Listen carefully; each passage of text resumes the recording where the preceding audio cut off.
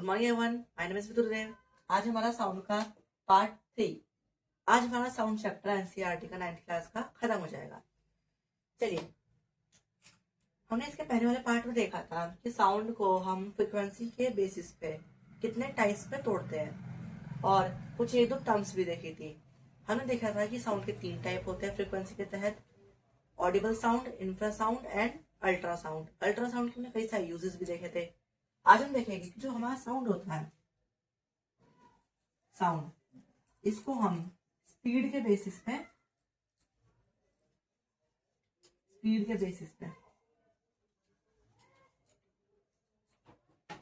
कितने पार्ट्स में तोड़ते हैं।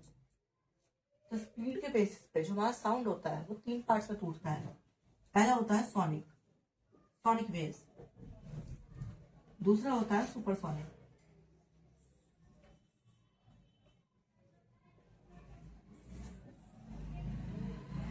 और तीसरा होता है हाइपरसोनिक।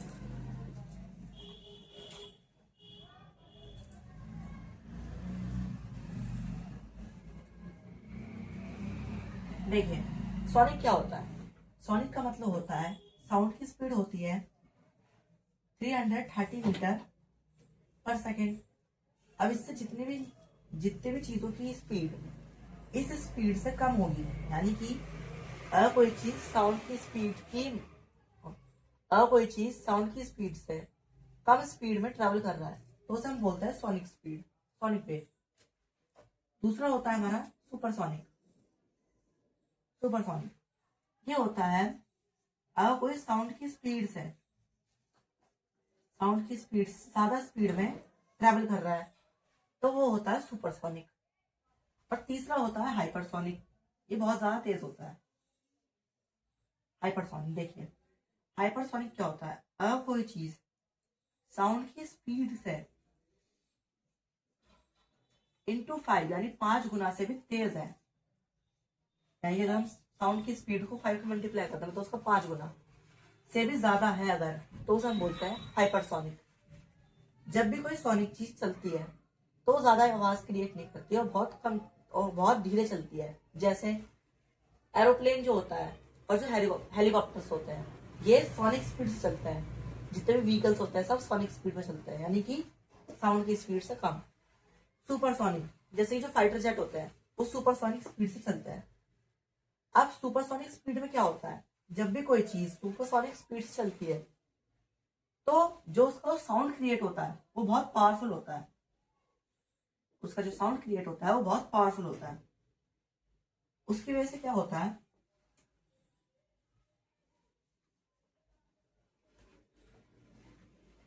जब भी कोई चीज सुपरसोनिक स्पीड से ट्रेवल करती है, जैसे मान लीजिए ये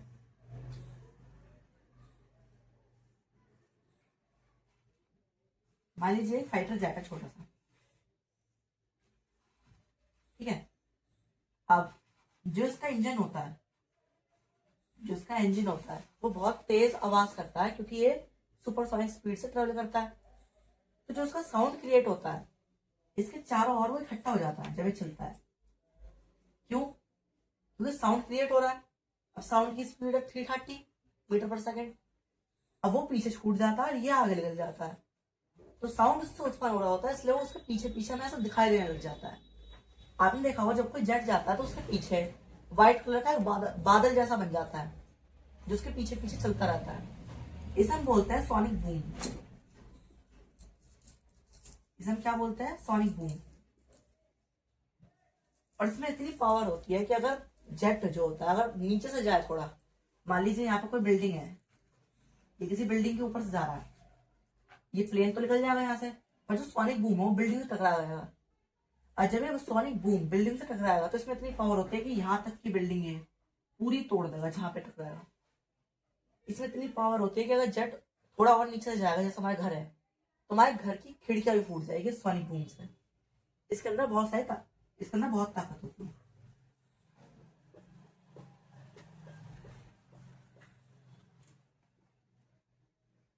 अब देखिए, हम देखेंगे साउंड करता क्या है। देखिए, इनमें अंतर क्या होता है।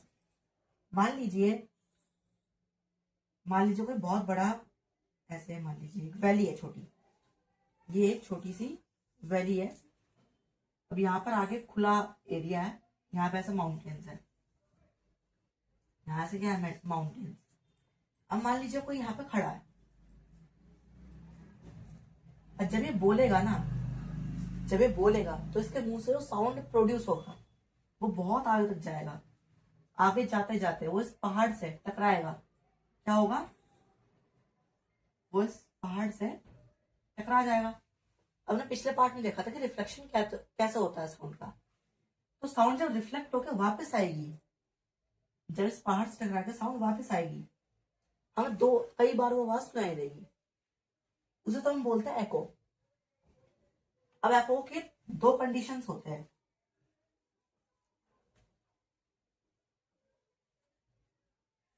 पहला, एको तभी होगा जब 17.5 मीटर तक का एरिया खाली होगा, सॉरी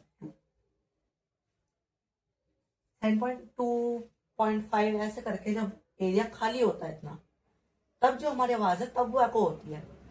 अगर इससे कम है, छोटा एरिया, तब ये आवाज एको नहीं होगी, इसलिए हमारे घर में आवाज एको नहीं होती। दूसरा कंडीशन कि 7.2 मीटर तक, मतलब इस दूरी तक कोई भी ऑब्जेक्ट या रुकावट नहीं होनी चाहिए। क्योंकि मान लीजिए ये एक आदमी है,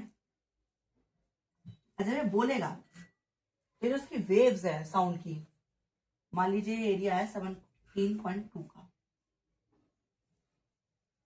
ठीक है।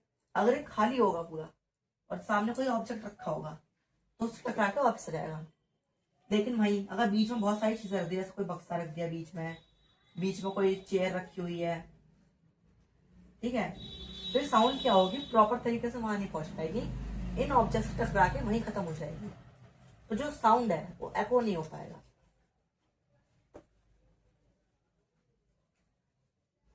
ठीक है। ये 7.2 मीटर का एरिया क्लियर होना चाहिए, कोई ऑब्जेक्ट नहीं रखा होना चाहिए। अब एको होता कैसे है, जब हम बोलते हैं तो साउंड जब एक बार टकरा के रिफ्लेक्ट होके आती है, सिंगल रिफ्लेक्ट होती है।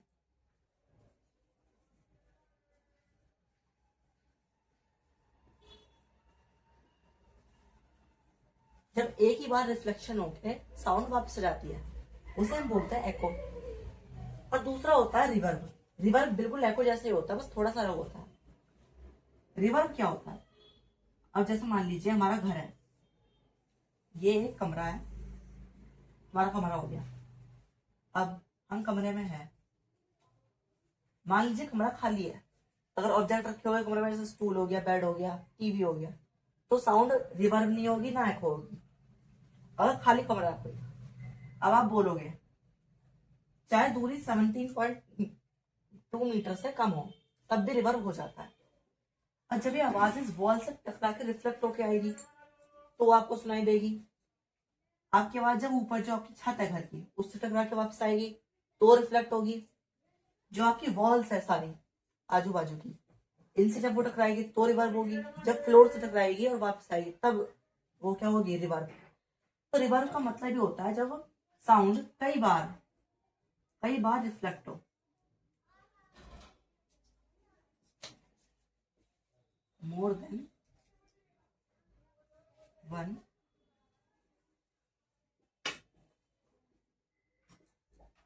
जब एक बार ज्यादा बार वो रिफ्लेक्ट होती है साउंड, तो उसे हम बोलते हैं रिवर्ब। आपने देखा होगा, खाली कमरे में जाते हो, चिल्लाते हो, तो आपको 3-4 बार अपनी आवाज जो है सुनाई देती है, वो एको नहीं होती। एको एक ही बार सुनाई देता है, बहुत तेज सुनाई देता है। रिवर्ब जो होता है, कई बार रिफ्लेक्ट होकर साउंड आती है, उसे हम बोलते हैं रिवर्ब। अब देखिए हमने कैसे रोक सकते हैं।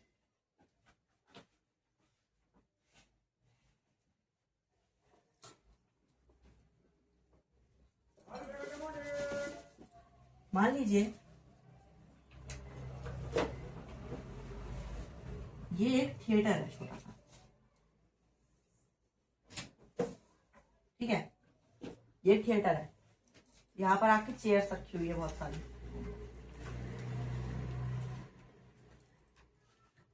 ठीक है, चेयर्स हो गई, और यहाँ स्टेज है, और यहाँ पे परफॉर्म कर रहा है कोई।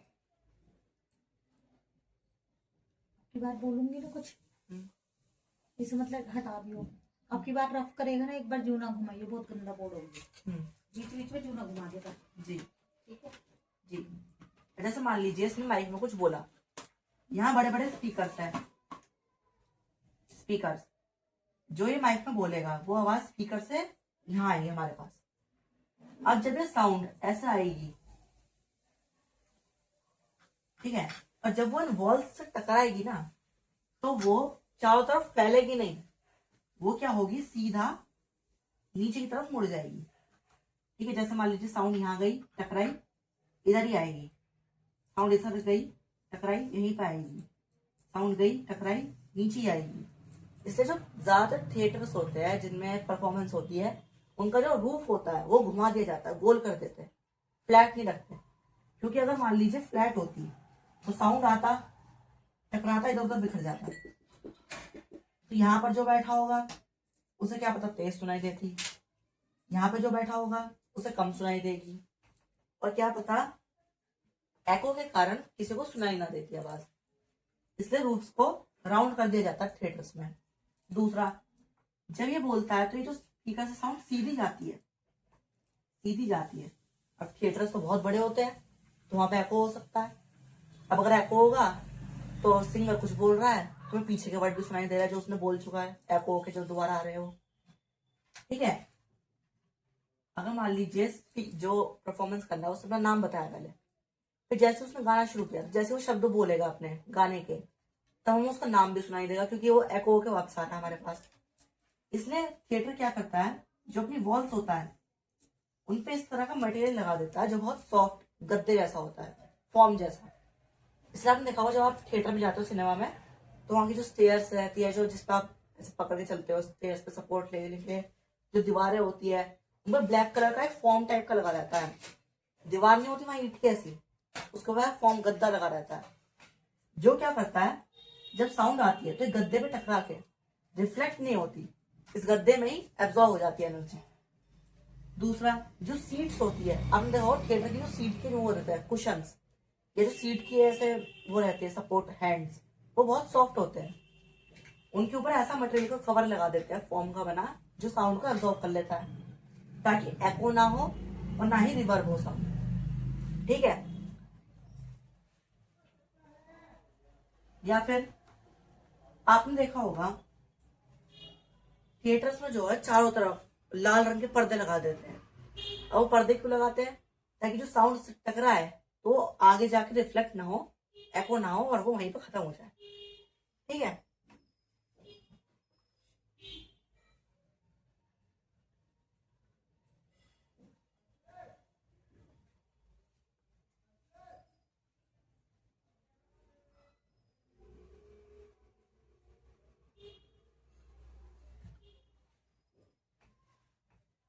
चलिए अब हम देखते हैं क्वेश्चन छोटा सा। एनसीईआरटी के क्वेश्चन जो वो आता है एग्जाम पेपर, उसमें क्वेश्चन पूछा गया था एक बार, कहा गया था कि ये एक वैली है, ये एक वैली है छोटी सी। अब कह देगा कि यहाँ पे समुद्र है, यहाँ पर कोई छोटा सा आइलैंड है, तो यहाँ पर कोई आदमी खड़ा है। अब मान लीजिए इसने यहाँ पे फायर किया, इसने यहाँ पर गन से फायर किया, ठीक है, तो जो साउंड गन प्रोड्यूस करेगी तो सुनाई देगी। अब वो साउंड यहां से आई आई आई आई ऐसे आती रही, इस वैली से टकराएगी, रिफ्लेक्ट होगी और वापस जाएगी, यहाँ पे एको होगा। तो कह देगा कि एक बार उसने गन चलाई तो उसे आवाज आई, फिर वो कहेगा कि उसी के 5 सेकंड बाद उसे फिर से सेम आवाज आई। ठीक है, ये समुद्र है, इसकी दूरी दे देगा, जैसे मान लीजिए उसने दूरी दे दी 800 मीटर दे दी उसने दूरी, इस समुद्र से और आइलैंड के बीच की दूरी 80 मीटर थी, कितनी थी, 80 मीटर। अब पूछ लेगा कि गन की जो स्पीड थी वो कितनी थी, कि 5 सेकंड में वो वापस तो सुनाई दी, क्या थी उसकी गन की स्पीड, जो साउंड प्रोड्यूस की गन ने उसकी स्पीड क्या थी। देखिए इसे कैसे सॉल्व करेंगे।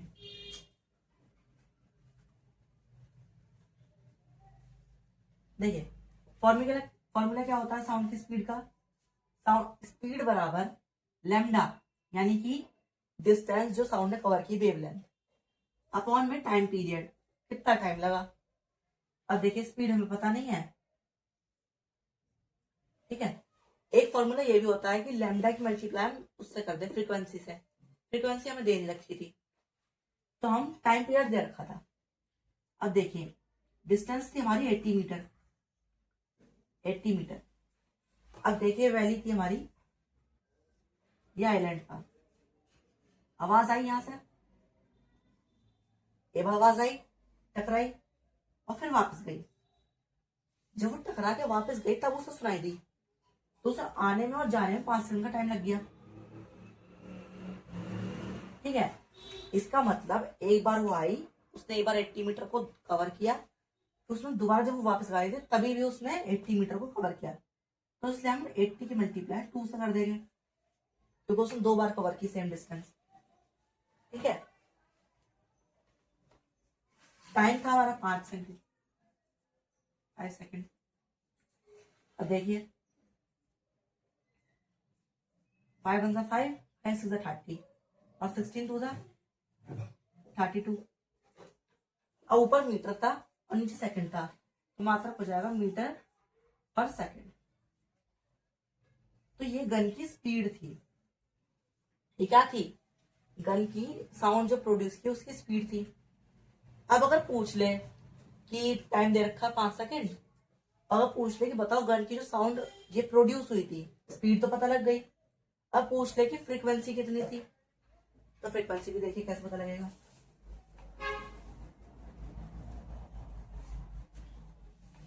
हमने पढ़ा था कि जो टाइम होता है टाइम पीरियड उसमें और जो फ्रीक्वेंसी होता है उसमें इनवर्स प्रोपोर्शन वो होता है, इनवर्सली प्रोपोर्शनल होते हैं एक दूसरे के। टाइम था हमारा 5 सेकंड का, ठीक है, और जो फ्रीक्वेंसी थी वो अपॉन में उल्टी है, इसे इधर ले जाएंगे ये उधर आ जाएगा, फ्रीक्वेंसी बराबर, ठीक है।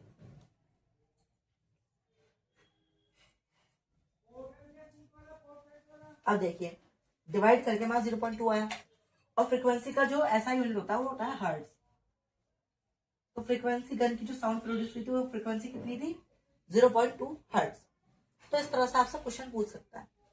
अब हमारा जो साउंड चैप्टर है इसका एक लास्ट टॉपिक था सोनार सिस्टम, वो मैंने आपको पार्ट 2 में जब हम अल्ट्रासाउंड पढ़ रहे थे तभी बता दिया था। तो आज हमारा साउंड चैप्टर 9th क्लास के एनसीईआरटी का कंप्लीट हो गया है। इसी तरह की फिजिक्स से रिलेटेड वीडियोस के लिए या अदर जीएस नॉलेज से रिलेटेड वीडियोस के लिए हमारे चैनल को लाइक, शेयर और सब्सक्राइब करें।